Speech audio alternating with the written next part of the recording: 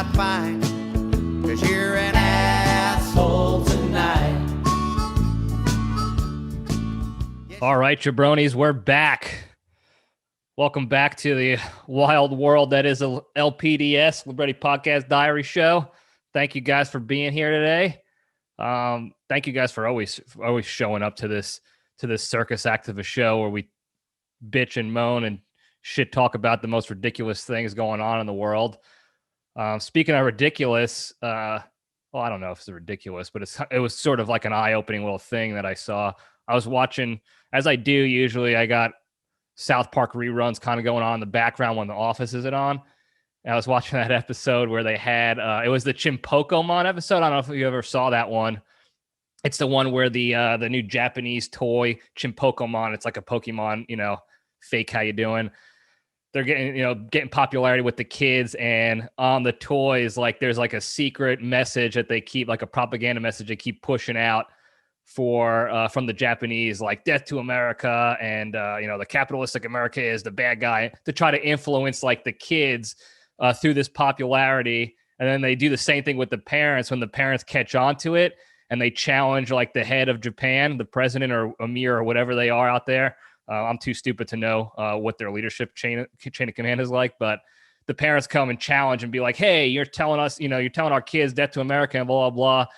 And then the president, talks to the parents, or at least of the male parents, about how, the Japanese have small penis and you have big, huge American penis and we can't compete and blah, blah, blah, to kind of just shut them up and, send out that propaganda, that little influence message to get them off their back so that they can do their little subversion tactic and take over America. That was the premise of it. It was obviously they do a really good job making it funny and entertaining and laughable. I think this is ridiculous. This doesn't really happen. This is so crazy. It's so obvious. What was funny to me though was that this happens in real life constantly, and it goes right under our big fat Italian libretti noses all the time. And it was just sort of like a little eye opener for me seeing this episode and thinking like, man, this is going on right now in social media and in regular media for different reasons. Of course, you got regular media is pushing out a little, subliminal messaging of divisive and chaos and all this other crap going on to get you to keep tuning in to their show because they have the inside scoop on the chaos, on the doom and gloom, so that they can get ratings and then money from that. So their motivation is money for doing this, pushing their narrative and agenda. And then you have like the social media, you got people doing it for money with big tech, pushing in their influence.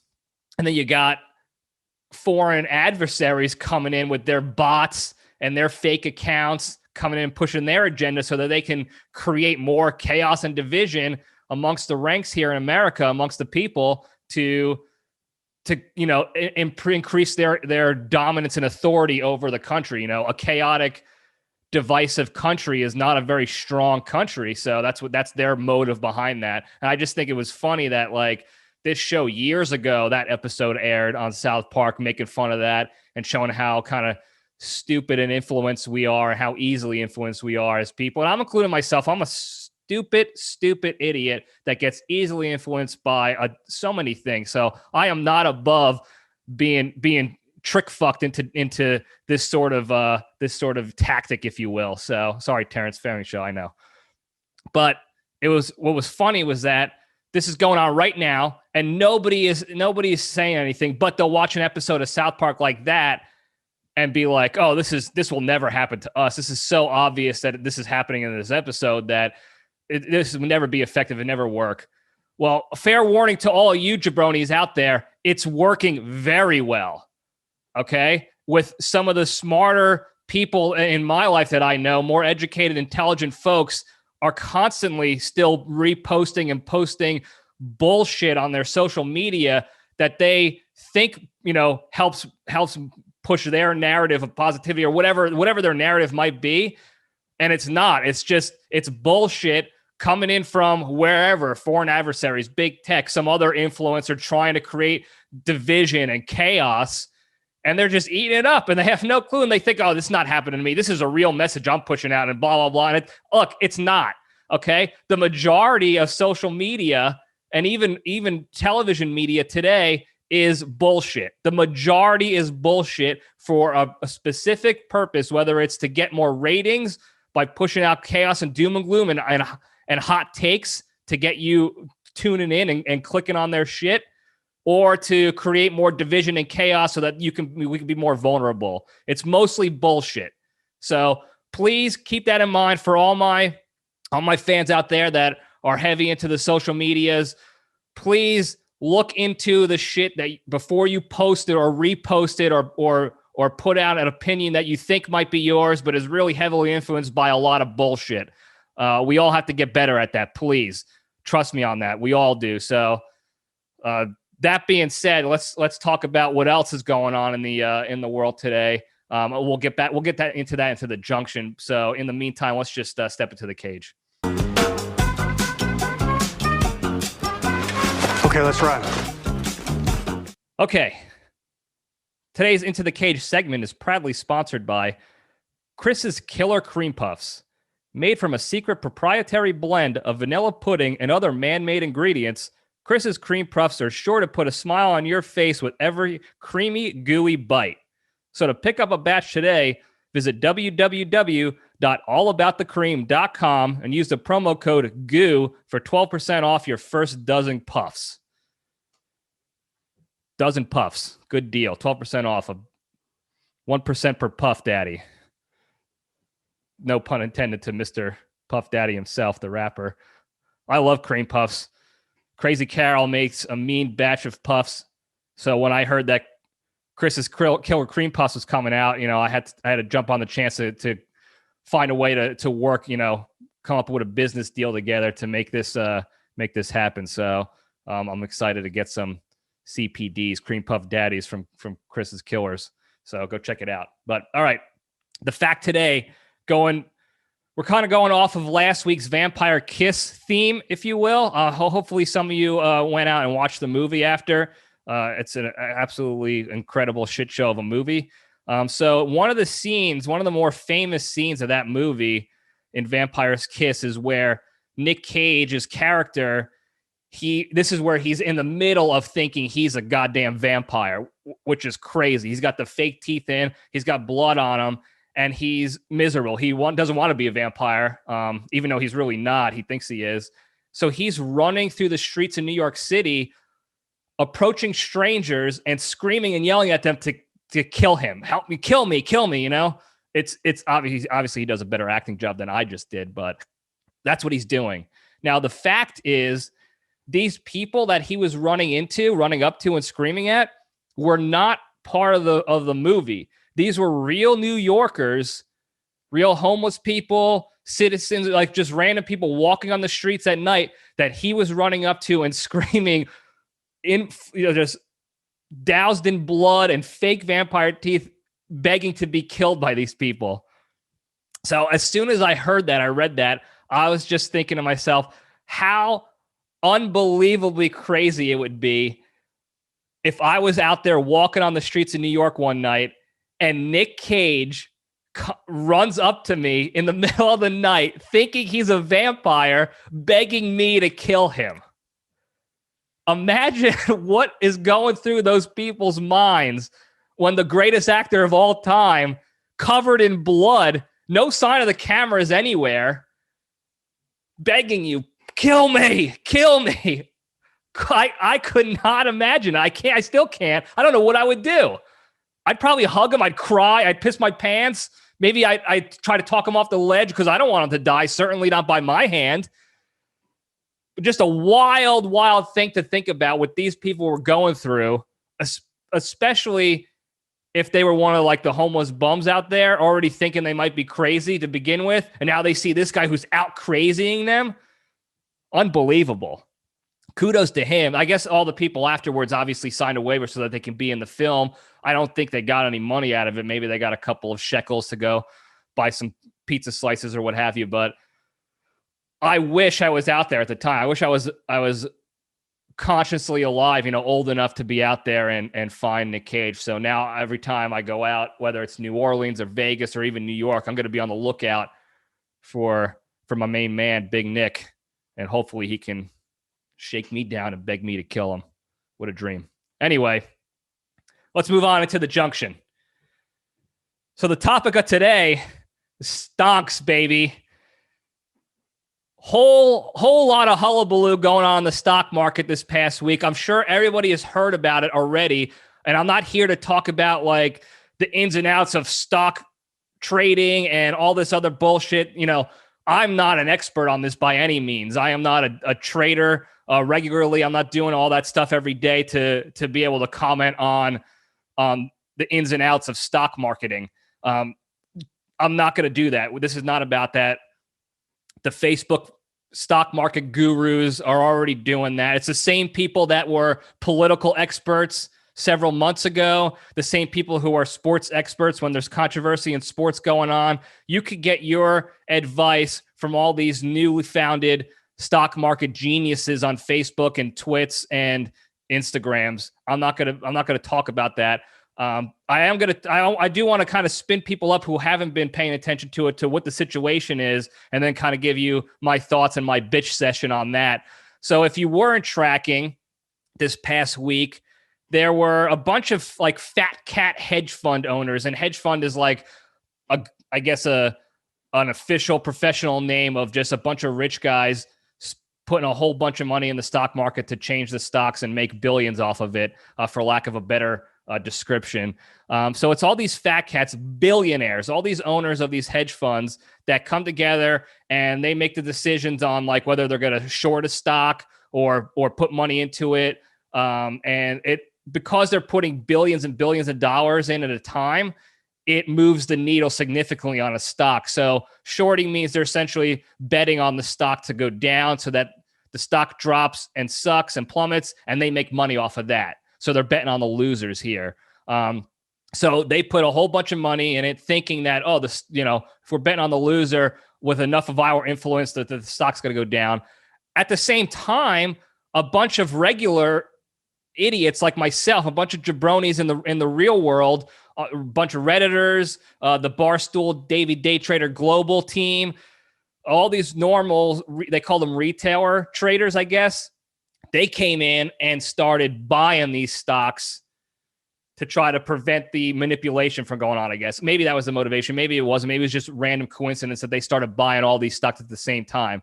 So when you have enough people with small amounts of money investing in these stocks and trading them, it will move the needle in that regard. Whereas usually the hedge funds, it's just one giant company moving the needle with their billions of dollars. But if you get millions of people involved, it also moves the needle. So that's what happened.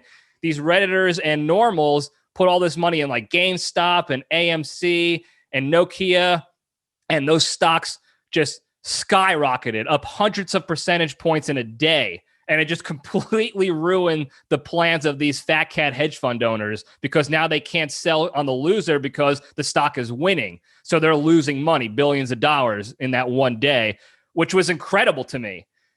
It was incredible to pretty much everybody. This was the one issue that everybody was behind except for the hedge fund owners themselves and a couple of like news media, finance media personalities that were defending the hedge funds, because I guess that's who pays their salaries, are these hedge funds somehow. So they were defending those guys. But everybody came together, like Democrats, Republicans, liberals, conservatives, all came together. They all were in agreement that this was awesome what was going on, and that these hedge fund owners like deserve everything they get because they lost at their own game, essentially.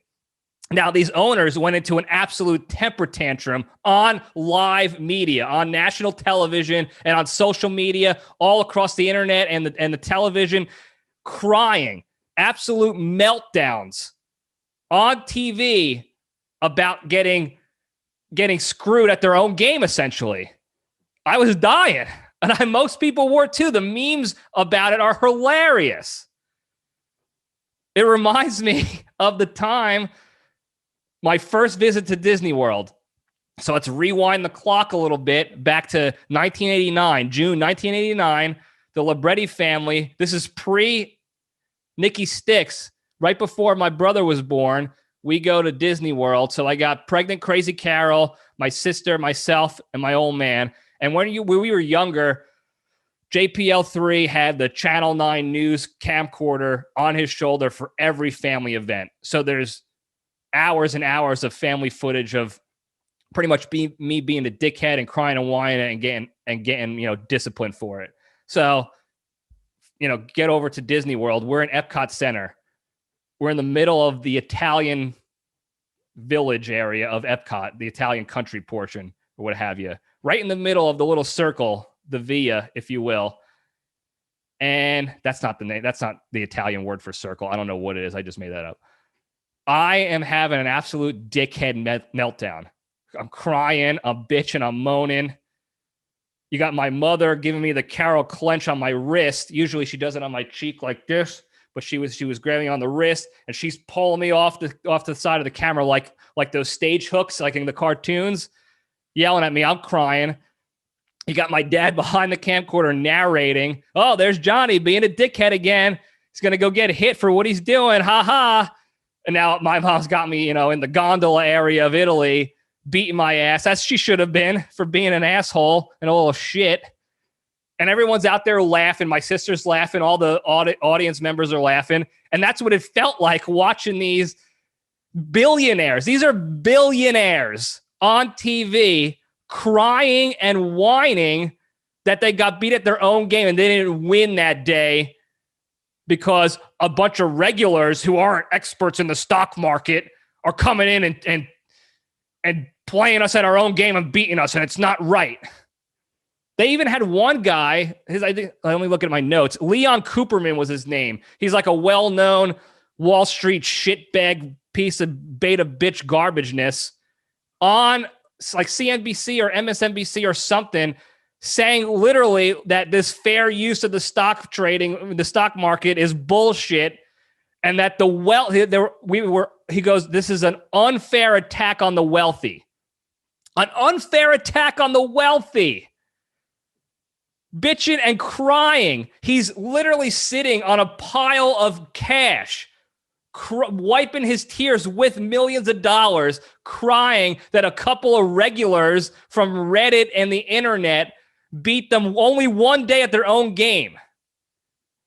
That they've been playing for decades, our entire lives. They've been doing this whole shit of manipulating the stock by putting in billions on some certain stock or share or whatever, and changing the game. They were making their own rules in that regard, and it was gone untouched, unnoticed, completely unaccounted for decades. And the one time the internet brings to light this ability for normals to be able to do the same thing and also make money, maybe not billions, but a couple of shekels to put in your pocket, have some walking around money, they absolutely lose their shit.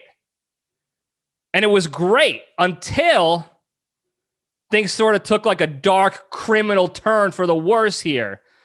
Because the next day, apps like Robinhood and other stock trading apps that are marketed for the retailer and for idiots like me who want to put some money in Dogecoin or what have you, they restrict you from purchasing certain stocks, specifically the stocks that the hedge fund fat cats were trying to make money on losing.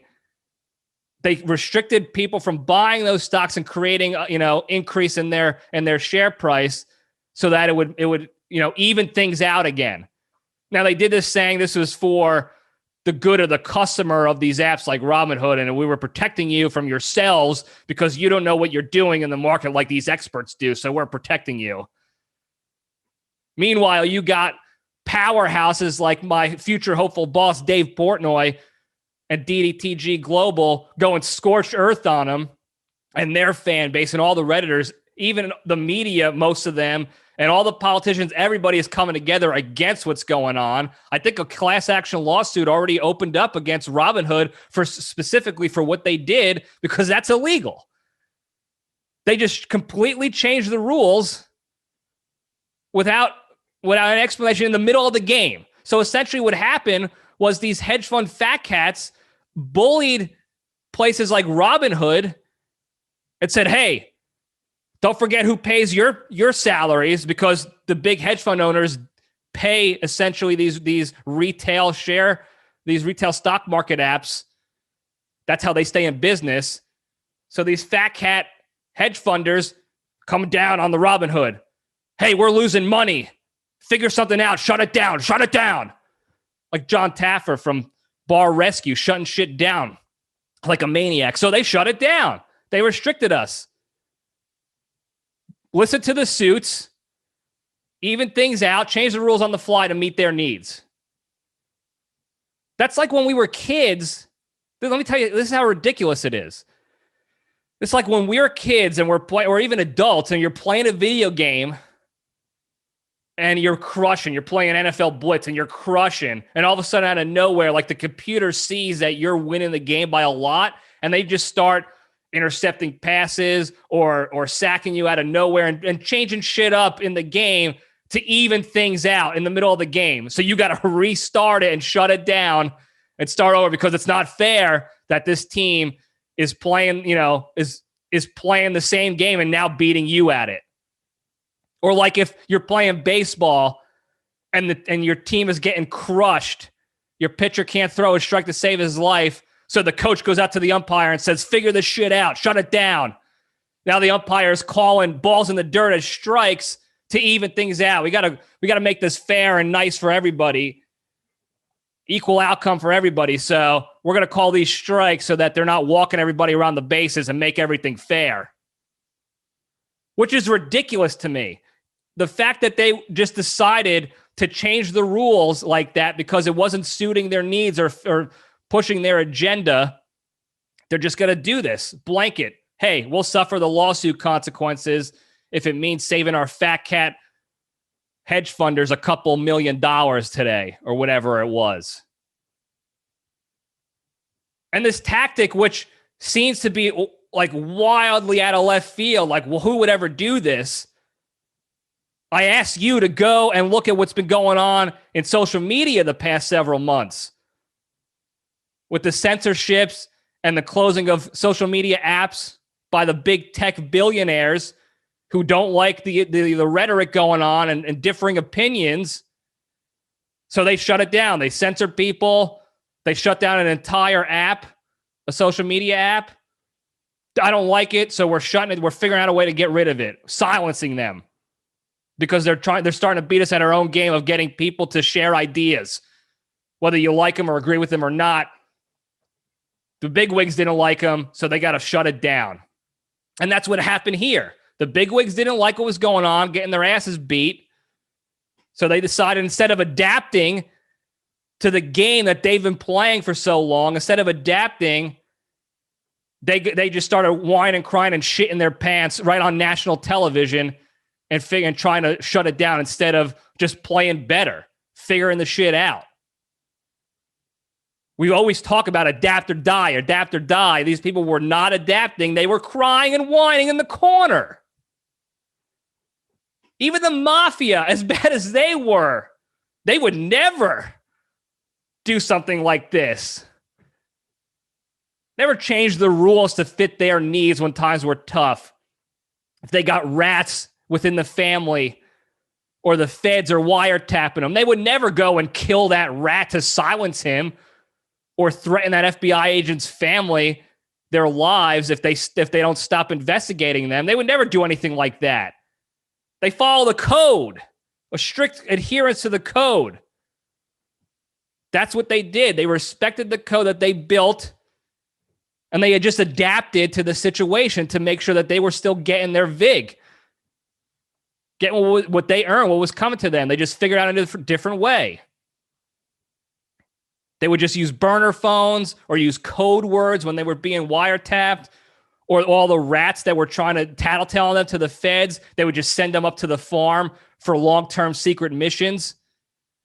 They were just figuring out ways to get things done and respecting the game and adapting to it when the rules and things got updated, when other players started getting involved. That's all they did.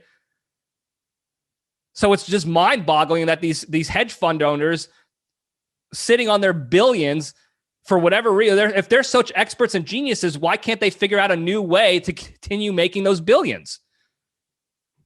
Because they got lazy and complacent and soft, and now they're dealing with the consequences of that. Adapt or die. The real disservice to this whole thing that hasn't been mentioned once is that we got military members overseas, back home, either out there fighting missions or they're stuck in offices where they can't have their cell phones or have no access to open internet, who couldn't reap the benefits of these stocks going up. We couldn't get in there to buy shares of GameStop or Nokia to make our money, to make our nut. No access to the phones, no ability to do that.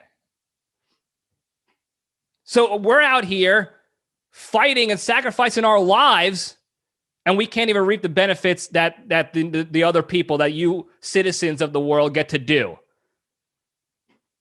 We should be on MSNBC bitching and moaning, not these fat cats. We had the legitimate gripe.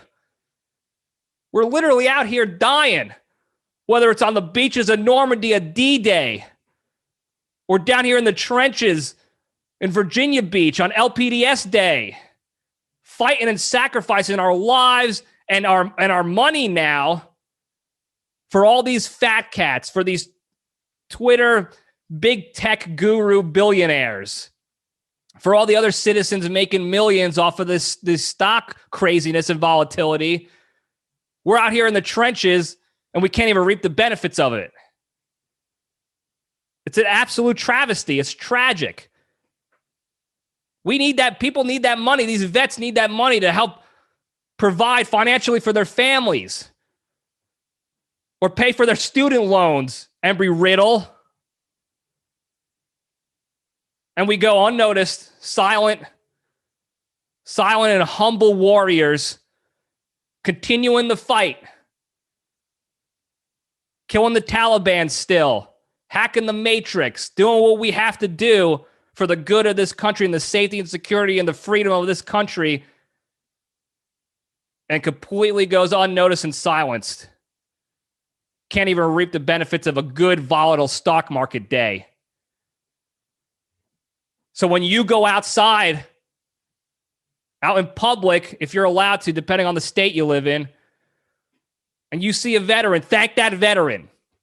That person likely was in the trenches of a windowless office on a tough, cold beach day in Virginia Beach, unable to take advantage of this volatility in the stock market and this great opportunity for you. They made that sacrifice for you. So go thank a veteran. Remember them. They are the true heroes always. They're the real heroes. I don't care what you say about these tech billionaires and these hedge fund owners.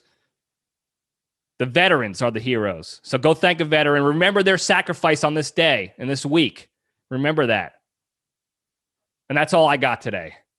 I don't know how long I was going bitching about this, but the important message has been said. Pass the word. Remember the veterans missing out on these great, great opportunities. Now I got to still go and pay however many thousands of dollars a month to that stupid Embry-Riddle school so that they could go and shut down sports for no good reason. I'm still doling out my cash to them because I missed out on this opportunity. Never forget this. Years will go down, years from now, you'll remember and think, man, what a hero. President Libretti, a true patriot, a true hero, an advocate for freedom, making the sacrifices for our good.